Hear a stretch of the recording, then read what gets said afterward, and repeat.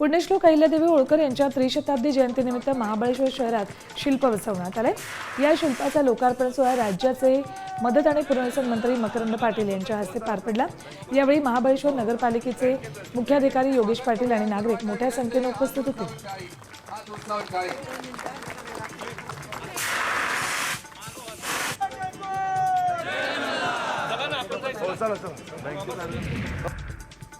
वैष्णवी आगवणे आत्महत्येच्या पार्श्वभूमीवर सांगलीतील मराठा समाजाने मोठा निर्णय घेतलाय। यापुढे हुंडा आणि लग्नातल्या अनिष्ट प्रथा मोडीत काढण्याचा निर्णय मराठा समाजाने घेतलाय। लग्नासाठी हुंडा देणं किंवा घेणं ही प्रथा बंद करण्याबरोबरच लग्न सत्यशोधक पद्धतीने पार पाडण्याचा निर्णय सुद्धा घेण्यात आला। साताऱ्यात खरीप हंगामासाठी खत आणि बियाणं उपलब्ध करण्याची तयारी कृषी विभागाने केली आहे।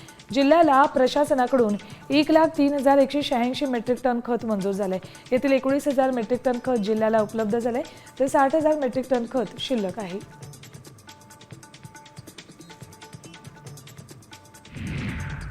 सोलापूरला पाणी पुरवठा करणारा हिप्परगा तलाव काठोकाठ भरला आहे। मे महिन्यात झालेल्या रेकॉर्ड ब्रेक पावसामुळे हिप्परगा तलाव 90% भरलाय। सोलापूर शहरासह आजूबाजूची 14 गाव आणि अक्कलकोट तालुक्याला या धरणातून पाणी पुरवठा होतो। हिप्परगा तलावाची 3 टीएमसी साठवण क्षमता आहे।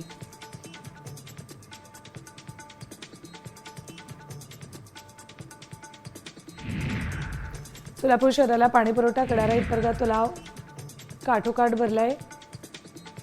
मे महिन्यात झालेल्या रेकॉर्ड ब्रेक पावसामुळे तलाव 90% भरलाय।